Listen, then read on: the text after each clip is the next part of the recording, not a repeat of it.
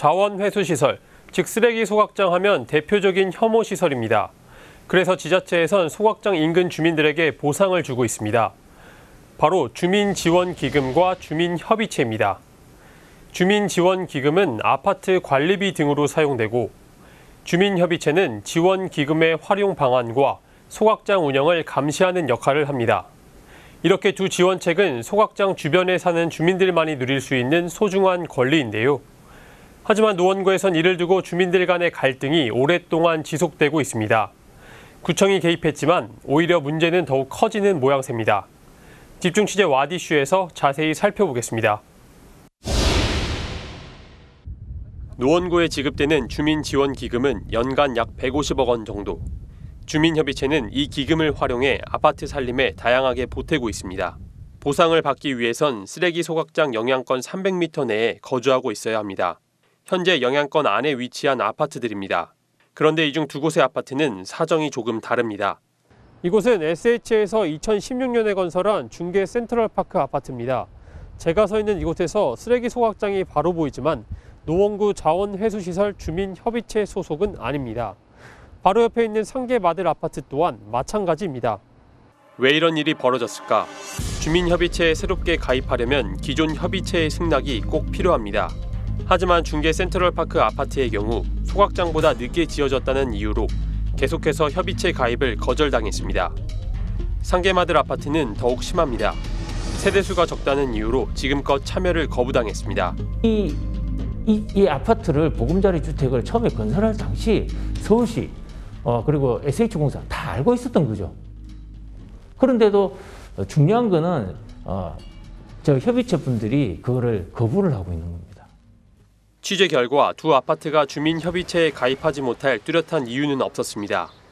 그렇다면 기존 협의체는 왜 계속 가입을 거부했을까? 신규 아파트가 들어오면 기존 아파트에게 돌아가는 지원금이 적어지고 협의체 내 영향력 또한 줄어든다는 이유 때문입니다. 그건 저희가, 그러니까 그게 뭐 그분들 들어오셨다고 줄어들고 그럴 수는 있겠지만 일단 그거는 저희가 협의체 분들이랑 말씀을 나눠야 될 상황이라서. 네. 기존 협의체가 계속 가입을 거절한 근거는 바로 결정고시문입니다. 결정고시문은 소각장이 지어질 당시 서울시가 발표한 공문.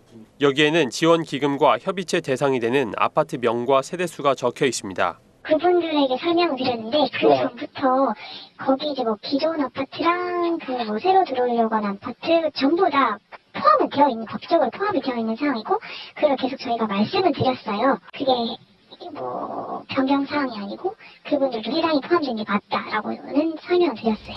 결국 참다 못한 두 아파트 주민들이 들고 일어났고 현재 노원구 자원회수시설 주민협의체는 부재 중인 상태입니다. 12기 주민협의체 임기가 만료된 후 13기 주민협의체 구성 과정에서 구의회가 두 아파트의 손을 들어준 겁니다. 오늘 의결한 13기 노원 자원회수시설 주민협의체 위원 추천권은 영향지역 내 다양한 주민 요구가 반영되어 있지 않으므로 좀 더 조정이 필요하다고 생각합니다. 풀리지 않는 갈등으로 주민협의체의 부재가 계속되자 이번엔 노원구청이 직접 나섰습니다. 하지만 구청이 나섰음에도 불구하고 달라지는 건 없었습니다. 오히려 공공의 개입이 갈등만 더욱 키웠다는 목소리만 나옵니다. 노원구가 최근 모집한 자원회수시설 13기 주민협의체 공고문입니다. 대상 아파트 명단이 과거와 그대로입니다. 중계 센트럴파크와 상계마들 아파트에게 결정 고시문이 수정되면 13기 협의체 구성 때 가입해주기로 약속했다는 구청. 이제 고시가 변경되거나 이럴 경우에는 이제 주민협의체나 이런 데 통해가지고 들어올 수 있게끔 최대한 노력을 하겠다 이렇게 약속을 했었잖아요. 그 추후에 고시가 변경된 후에 중계 센트럴파크 같은 경우는 이제 들어오는 식으로 이제 추진을 하겠다. 그런 식으로 해서 이제 그때 이제 간다면은 그러고 끝났어요. 때마침 모집 공고가 진행되던 와중에 서울시에서 결정 고시문을 변경했습니다. 즉 기존 협의체가 가입 반대의 근거로 삼았던 결정 고시문까지 수정돼 거절의 이유가 모두 사라진 겁니다. 이에 두 아파트에선 현재 진행 중인 모집 공고를 중단하라고 구청에 요청했지만 받아들여지지 않았습니다. 또 공문으로도 보냈고 두 차례에 걸쳐서 이번에 시위까지 했는데 그러면은 구청장이 양해를 구했다면은 시위까지 들어갔겠습니까? 엇갈린 박자 속 주민협의체위원 구성안은 구의회로 넘어갑니다. 그런데 구의회가 이번엔 입장을 바꿉니다. 기존에 반대했던 상황보다 여건이 나아졌음에도 불구하고 안건이 원안 통과된 겁니다. 이의가 없으므로 가결되었음을 선포합니다. 두 아파트 주민들은 6일 지방선거를 앞두고 구청과 구의회가 매표 정책을 펼쳤다고 주장합니다. 보다 세대수가 많은 기존 협의체 아파트를 의식했다는 겁니다. 선거에 임박을 했으니까 어떤 방법을 동원해서라도 그 주민들이 요구하는 방법을 들어줘야지 자기가 당선이 될 수 있을 것으로 이렇게 판단해서 선거 의식한 그런 졸속 행정으로 보고 있습니다. 실제로 환경부와 서울시 그리고 국민권익위에서도 두 아파트를 협의체에 가입시켜야 한다고 공문을 보낸 상황. 여러 기관에서도 한 목소리를 내고 있지만 정작 가장 중요한 노원구에선 먹히지 않고 있습니다. 더군다나 두 아파트 협의체 가입을 주장했던 한 구의원이 최근 공천에서 탈락했다는 소식까지 들리면서 의혹은 더욱 증폭되고 있습니다.